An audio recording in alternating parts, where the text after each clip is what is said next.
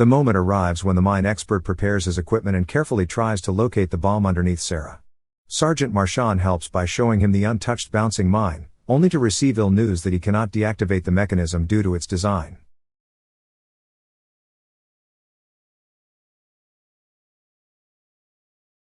The movie begins amid the war between the Bosnian army and the Croat forces.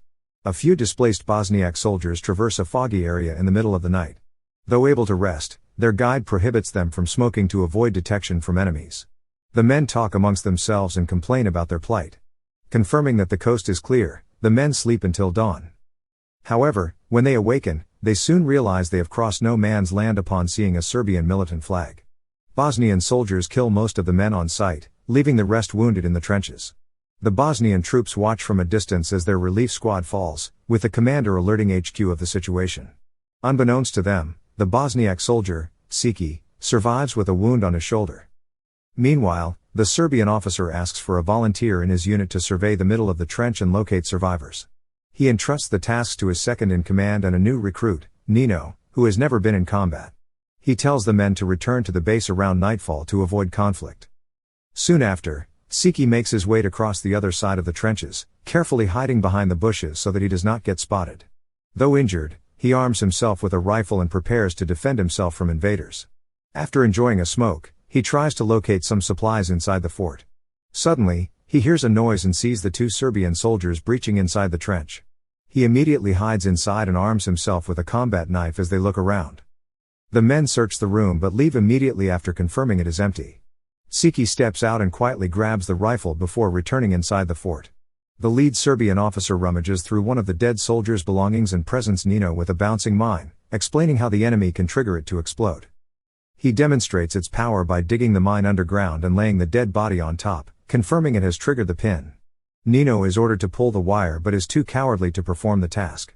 With the booby trap set, the men are put to rest for the night until they discover weapons are lying around in the area. Siki opens fire, killing the officer but sparing Nino despite shooting him in the waist. He then grabs his bag and removes a bandage to cover his wound. He asks Nino for directions to leave the trench in exchange for some gauze, but the young soldier insists, knowing nothing about the layout of the land. Fearing he will detonate mines if he escapes, he looks through the pockets of the dead soldier but finds nothing useful. He asks the wounded Nino for a map, but when he discovers he is not carrying anything, he orders him to strip naked and walk on the sides of the trench waving a white towel to signal his surrender. With no update from the two soldiers, the Serbian line fires an artillery strike at the trenches to incite conflict against the Bosnian flank, forcing Siki and Nino to hide inside the fort. They trade insults while waiting for a ceasefire, blaming each other's side for the casualties and consequences of the civil war. Nino relents and confesses that the Serbians started the war. Meanwhile, the Bosnian commander becomes confused with the Serbs' retaliation and reports to HQ. Soon after, the rival soldiers step outside to plan their escape when they discover another wounded Bosniak soldier, Sarah, awaking from unconsciousness but lying down under the booby trap mine constructed earlier by the fallen Serbian officer.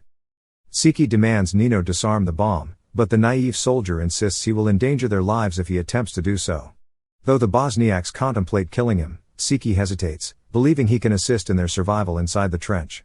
However, as he provides water to Sarah, Nino grabs another rifle and holds him at gunpoint, demanding they wait until dark and forcing him to admit the Bosniaks started the conflict. Sarah asks him for a cigarette, but as Nino bends down to place it in his mouth, he grabs the naive soldier, threatening to kill them both by triggering the mine. Finding common ground to avoid escalating the situation, the able-bodied soldiers share a temporary truce and keep their rifles in check. Though uneasy with their alliance, they carefully place the bag under Sarah's head to aid him. Later, the soldiers strip down to their underwear and wave a white cloth to signal for help from their respective factions. Afterward, Nino tries to be friendly and introduces himself, but Siki refuses to socialize. Soon after, the United Nations Protection Force, UNPROFOR, in Sarajevo gets involved with the conflict when soldiers from the French army, designated as Arizona 2, are alerted by their commanding officer at the base. One of the officers, Sergeant Marchand, grows tired of waiting and decides to head into the battlefield and rescue survivors, ignoring orders to stand by their post. Meanwhile, Sarah fears dying if the bomb underneath him sets off, but Siki assures him he will stay with him until the end. A while later, the UNPROFOR's Arizona 2 arrive outside the barricade of the Serbian army, where Sergeant Marchand communicates in English to explain why they are crossing the border. Unfortunately, none of the soldiers understand him. However, the commanding officer helps point out the location of the men in the trenches when shown the map of the area. With the details somewhat sorted out, the French army gets cleared to pass through without issue. Meanwhile, Siki and Nino make amends and discuss their war experiences. The two men become surprised, discovering they are acquainted with the same blonde woman from Banja Luka. Nino tells him the woman relocated overseas to flee from the country. Sometime later, the Arizona 2 unit arrives at the checkpoint of the Bosnian border patrol, who do not hesitate to let them pass since they are a neutral party in the conflict. Meanwhile, Sarajevo's Captain Dubois informs Colonel Soft in the UNPROFOR Zagreb headquarters about sending British troops to deal with the no man's land issue. However, the colonel admits he is powerless to decide on the matter without the approval of the General Assembly of the United Nations. The men slowly lose hope of rescue in the trench until Arizona 2 appears. Though there are language barriers, Siki and Nino try to explain to Sergeant Marchand about the booby trap mine stuck underneath Sarah, hoping they can alleviate the matter.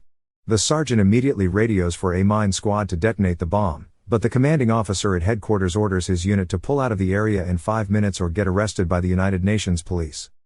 As the French army prepares to leave, Nino insists on coming with them, only to get shot in the leg by Siki, who demands he stays to prevent the other side from attacking. As he screams in pain, he threatens to kill him when they get out, but Siki is too focused on devising a plan than listening to his tirade. Meanwhile, the French army is about to get out of the Bosnian border when they get cornered by Global News British reporter Jane Livingston, who is documenting the war effort. Speaking in French, Jane pressures Sergeant Marchand to divulge the truth about the situation in no man's land by letting her talk directly to the UNPROFOR's Captain Dubois. Unfortunately, he denies any wrongdoing by pulling out his troops and claims negotiations are underway to solve the issue. Since most of the information is withheld, Jane warns him that she will continue to cover the story and publicly humiliate the UNPROFOR with her report while waiting for a straightforward solution to the matter at no man's land. Soon after, the news report airs on TV, prompting Colonel Soft to act and request air transport for Bosnia. A special report airs right after, detailing the Bosnian Serb paramilitary causing chaos in the inner cities, with the actions referred to as ethnical cleansing. The reporter adds that the UN Security Council sent 9,000 troops to Bosnia. However, the conflict escalated further even with the French president's opening of Sarajevo airport to allow humanitarian aid. The news report ends with the reporter confirming 3 soldiers trapped in no man's land waiting for UNPROFOR's decision for support. Not long after airing the news story, Sergeant Marchand and his team are given permission to return to no man's land, leaving Jane and her crew to wait for orders from the mine expert. The army arrives to stop Nino from stabbing Siki with a knife. Tensions are high as the French sergeant tries to calm everyone down by announcing a bomb squad is coming. Sarah cries out of fear while Siki and Nino get medical attention. Sergeant Marchand returns to the checkpoint to speak with Captain Dubois about the situation, with the captain permitting Jane's film crew to document everything at no man's land. Facing the media, the sergeant explains the complications of the mine trapping one of the men, hoping the crew will abide by the rules and observe caution. Upon arriving at the site, Jane asks permission to interview the men, offering Nino a cigarette to loosen his lips. Though he agrees to answer her queries, he flips his middle finger when asked if he placed the mine underneath Sarah. Filled with hate, Siki expresses to Sarah his regret for not killing Nino when he had the chance. Later, he secretly hides the combat knife inside his sock, preparing to exact his revenge immediately. Sergeant Marchand appears, telling the men to clear out while the UN mine expert disables the bomb, though Siki hesitates, ignoring Nino's translations. He eventually relents, promising Sarah he will wait nearby. Meanwhile, Jane does a live report showing the 2 soldiers escorted out of the trench. The producer at the news bureau calls, asking her to interview Sarah while he is being rescued while also getting the 2 rival soldiers' statements. The moment arrives when the mine expert prepares his equipment and carefully tries to locate the bomb underneath Sarah. Sergeant Marchand helps by showing him the untouched bouncing mine, only to receive ill news that he cannot deactivate the mechanism due to its design. Suddenly, Colonel Soft arrives at the scene via helicopter and is immediately bombarded by questions from the media. Meanwhile, Siki quietly grabs a pistol from a dead soldier while the crowd is distracted. The colonel ends his statements by saying the UNPROFOR is perfectly capable of controlling the situation. Captain Dubois approaches, telling him there's nothing they can do for Sarah with the mine impossible to defuse. Colonel Soft knows this fiasco will ruin their reputation, so he orders the mine expert to return to the trench and pretend while the cameras roll. The man sits wearily beside Sarah, who is staring at a photo of his wife. While Captain Dubois addresses reporters, Siki points the gun at Nino while ranting about getting the plight publicized by the media. Before Nino can grab a firearm, Siki fatally shoots him before falling to his death when a UN peacekeeper fires at him. Everyone watches in horror as the two men lie dead in front of all the cameras. Realizing there is no recovery, Colonel Soft reconvenes with Captain Dubois with a new plan. Before Sergeant Marchand can console the shooter, the captain informs him the bomb has been defused and that they must clear out immediately, bringing the dead soldiers' bodies with them. The colonel confronts Jane and the reporters, saying that Sarah has been saved by airlifted in critical condition. However, as everyone leaves the scene, the statement is proven false as Marchand discovers Sarah still in the trenches. Still, he is forced to keep everything under wraps. Meanwhile, the cameraman asks if he will need to film inside the no man's land, but Jane disagrees. The movie ends at sunset, as Sarah contemplates being left alone to die. Thank you for watching. Subscribe for more videos like this to help the channel out. Have a nice day.